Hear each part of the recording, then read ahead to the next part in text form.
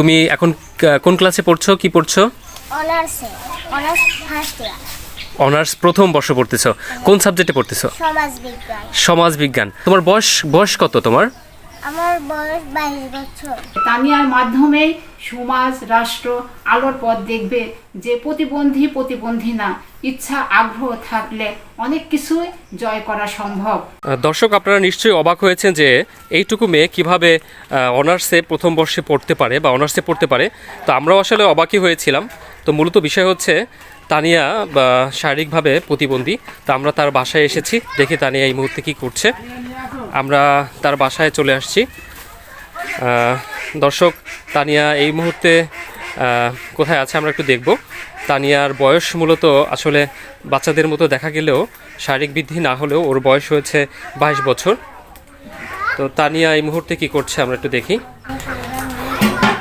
প্রাথমিক গোষ্ঠী বস্তুত অন্য সামাজিক গোষ্ঠীগুলোর মধ্যে আয়তনের দিক থেকে পরিবার হলো খুবই ছোট।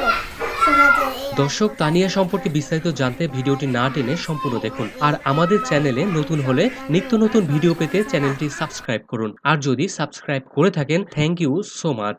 দর্শক, তানিয়া পাবনার আটঘরিয়া উপজেলার হাপানিয়া গ্রামের দরিদ্র দিনমজুর তাইজুল ইসলামের বড় মেয়ে। আসুন তানিয়ার মুখ থেকেই তার সম্পর্কে জেনে নেই। তুমি হচ্ছে তানিয়া, তাই না? হ্যাঁ। তো বেশ কিছুদিন যাবত তোমার ছবি ভিডিও ভাইরাল হয়েছে, এটা তো তুমি জানো নাকি? হ্যাঁ। আচ্ছা, তো তুমি এখন কোন ক্লাসে পড়ছো, কি পড়ছো? অনার্সে, অনার্স ফার্স্ট ইয়ার। অনার্স প্রথম বর্ষ পড়তেছো। কোন সাবজেক্টে পড়তেছো? সমাজবিজ্ঞান। সমাজবিজ্ঞান। তোমার বয়স কত তোমার? আমার বয়স 22 বছর। আসলে মনে করেন ওনার যে সমস্যা, এটা তো আমরা খুব ছোটকালের থেকে বুঝতে পারিনি। হুম। কিন্তু আস্তে আস্তে যখন বয়স বেড়ে যায় তখন তো দেখলাম যে না, আসলে একটা মানসিক সমস্যা, এ আর বড় হবে না। ঠিক আছে, আল্লাহর তরফ থেকে ওগুলো হয়ে গেছে। কিন্তু এটা যে হচ্ছে যে সমস্যা, এটা তো মনে করো তো অনেক আগেই এসব জায়গা যাওয়া উচিত ছিল। কিন্তু কোনো টাকা পয়সার অভাবে মনে করেন যে কোনো আগাতে পারেনি, খরচপাতি চালাইতে পারেনি, কার কাটা কি দেখাতে। প্রাইমারিতে লেখাপড়া করেছি বেরোয়ান সরকারি প্রাথমিক বিদ্যালয়ে। তারপরে 6-এ পড়েছি বেরোয়ান বালিকা উচ্চ বিদ্যালয়ে। তারপরে বেরোয়ান মহিলা কলেজ। এখন আমি আটঘরিয়া সরকারি মহাবিদ্যালয়ে অনার্স প্রথম বর্ষে লেখাপড়া করতেছি। তানি আমার বড় আপু। সে এসএসসি পরীক্ষার সময় তার সাথে অনেকেই ফেল করছে, কিন্তু আমার আপু পাশ করে গেছে। তোমার যারা বান্ধবী আছে তারা তো বড় বড় হয়ে গেছে, তো পড়ালেখার ক্ষেত্রে তারা বিভিন্ন ধরনের নেতিবাচক কথা বলেছে, এরকম কি হয়েছে কখনো? হ্যাঁ, তারা আমার সাথে অনেক খারাপ ব্যবহার করে। তারা আমার সঙ্গে ভালোভাবে মেলামেশা করে না।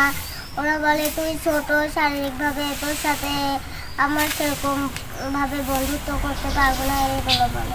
এখন তানিয়া যখন স্কুলে আসে তখন আমি দেখেছি যে ওর সাথে মেশার মতো থাকতো না, লোবা বন্ধু নেই, কেউ নাই। তাই আমি তানিয়াকে নিজেই ওনার সাথে কথা বলতাম। রাস্তায় দেখা হলে আমি নিজে করতাম, তানিয়া কেমন আছো, কোথায় যাচ্ছ, কোনো আছে কিনা, ওকে মনোবলটা বাড়ানোর জন্য ক্লাসে আমি নিজেও করতাম। যে কোনো লেখাপড়ার যে কোনো বিষয় ওনাকে আমি প্রাধান্য দিতাম। এই যে পড়ালেখা করছো, তোমার জীবনের স্বপ্ন কি আশা তোমার?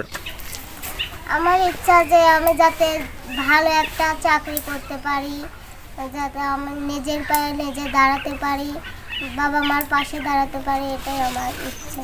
এটা যখন রাস্তাঘাটে চলে অনেক মানুষ অনেক মনে করেন কথাবার্তা বলে, বুঝছেন। তারপরও মনে লেখাপড়া চালা যাচ্ছে যে প্রতিবন্ধী মানুষ, তুমি লেখাপড়া করে কি করবে, তোমার এলাকার কোনো চাকরি হবে না বা কোনো বিয়ে হবে না, এরকম ধরনের নানান মানুষ মনে করেন নানান ধরনের কথাবার্তা বলে। টেবিল ধরতে পারেনি, খারাপ থেকে পড়েছি, খুব কষ্ট করছে। কানতে কানতে বাইতেছে, মানুষে করছে ওর এত বড় শিক্ষক, মেলা মানুষের মেলা কোথা হয়েছে। তানিয়া শারীরিক প্রতিবন্ধী, কিন্তু সে মানসিক প্রতিবন্ধী না। মনের দিক দিয়ে তার অনেক জোর।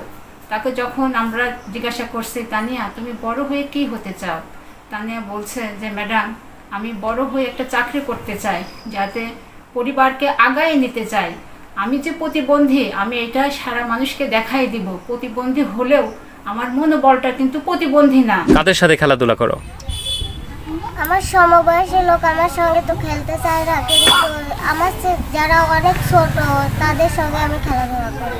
তোমাকে ভিডিওতে দেখবে, তাদের প্রতি তোমার কোনো কথা আছে?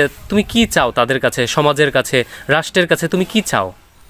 সমাজের কাছে আমার একটা ইচ্ছা, তারা যেন আমার সাথে ভালো ব্যবহার করে, ওরা যেন আমাকে ভালোবাসে। আপনারা আমার তানিয়া দেখি যদি আপনাদের মনে হয় তাহলে আপনারা যদি একটু সাহায্য করতেন, সরকারও যদি একটু সাহায্য করতো তাহলে আমার লাতিনরা ভালোভাবে একটু চলতে পারতো। এর বাবা মা ছাড়া ওই দুনিয়ায় কেউ নাই।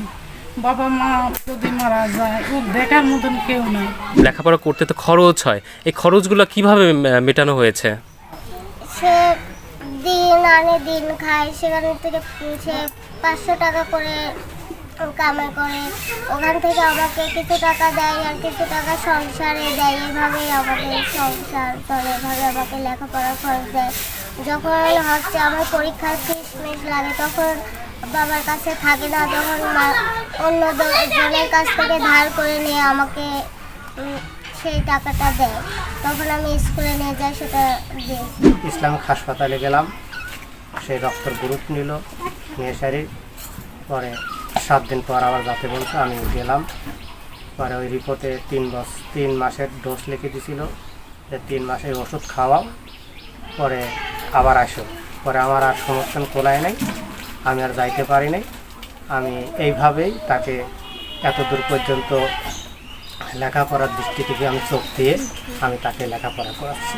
তানিয়া এই সমাজ, এই দেশ, রাষ্ট্রের জন্য বোঝা না, ও হচ্ছে এদেরকে আলোর পথ দেখাই দিচ্ছে। তানিয়ার মাধ্যমেই সমাজ, রাষ্ট্র আলোর পথ দেখবে যে প্রতিবন্ধী না, ইচ্ছা আগ্রহ থাকলে অনেক কিছুই জয় করা সম্ভব।